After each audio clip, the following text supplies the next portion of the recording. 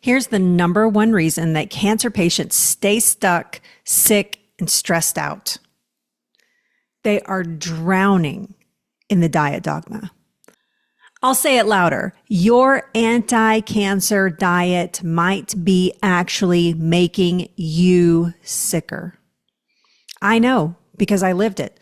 After my diagnosis, I starved myself. I tried to juice entire gardens. I swallowed supplements by the handfuls and still felt weak and terrified and out of control. So let's cut through the noise right now. And in the next 10 minutes, I'm going to give you 3 bold steps that will change how you eat forever. And these are not theories. They are not trends. They are actual steps that you can take today to start eating like a cancer boss. So let's start with the most dangerous myth in the cancer world. Food is medicine. It sounds holy, right? But here's the truth. It's killing your joy, and it's keeping you afraid of food. When food becomes medicine, every bite feels like a pill. Your kitchen becomes like a pharmacy. You start second guessing everything that you put in your mouth. You load it with guilt, and your body can't even digest it properly because stress starts to shut down your digestive system. So here is action step number 1. Stop eating on a tightrope. No more good food, bad food, prison. Instead, start asking, how does this food make me feel? After every meal, check in with yourself. Do I feel alive? Did that feel healthy? Am I feeding my disease or am I feeding my health? Do I feel tired? Do I feel anxious? That's your data.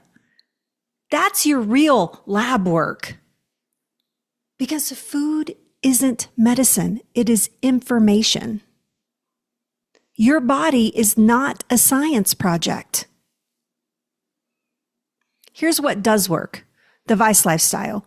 Look, this is not a diet. It is an actual code. It's how I eat. It's how my clients heal.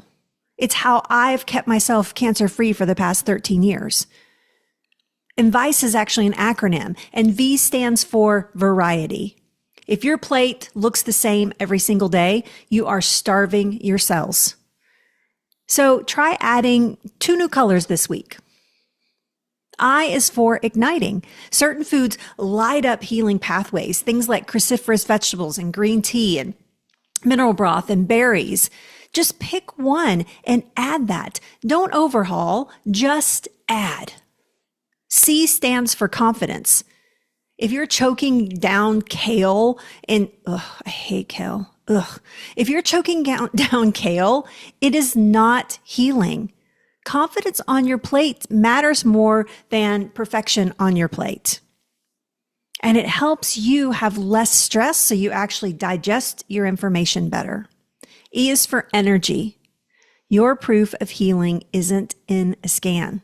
It's whether you have more energy today than you had last week. How do you feel when you eat something? Start tracking it. Start figuring out what is energy giving and what isn't. Action step number 2, pick one Vice practice and do it today. Make some mineral broth. The recipe's in my book, by the way. Swap your morning coffee for some green tea. I like tea for health. Add a rainbow to your plate. Just one thing. That's how the momentum begins. That's how healing momentum begins, because then you can be consistent with it and you build confidence and not fear around food. Cancer's already scary enough. We don't need more fear around food. Okay, so here's the real talk.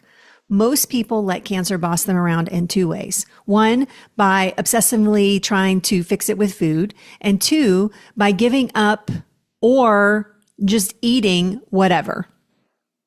Or actually by giving up and just eating whatever they want, right?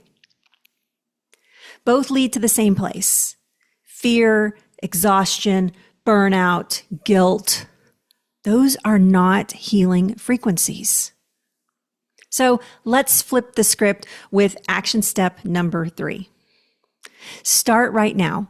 You become the boss. This means no more panicked kitchen purges.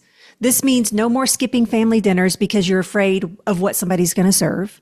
This is no more piling on 20 supplements without knowing exactly what they do and if they're working. Instead, take back your plate, take back your kitchen, take back your relationship with food with intention. Choose one food that makes you feel alive and make it a ritual. Choose one stressor around food and release it. I'll give you a hint. Sugar shame is a really good place to start.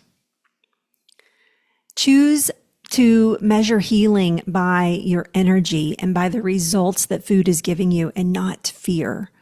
Look, this isn't about perfection. It's about power. It's about your power. Don't let food or any diet dogma rob you of that. So here's your Cancer Boss challenge. Stop eating on a tightrope. Pick one Vice food today, variety igniting confidence and energy, right? And measure your healing by your energy. That's it. 3 steps.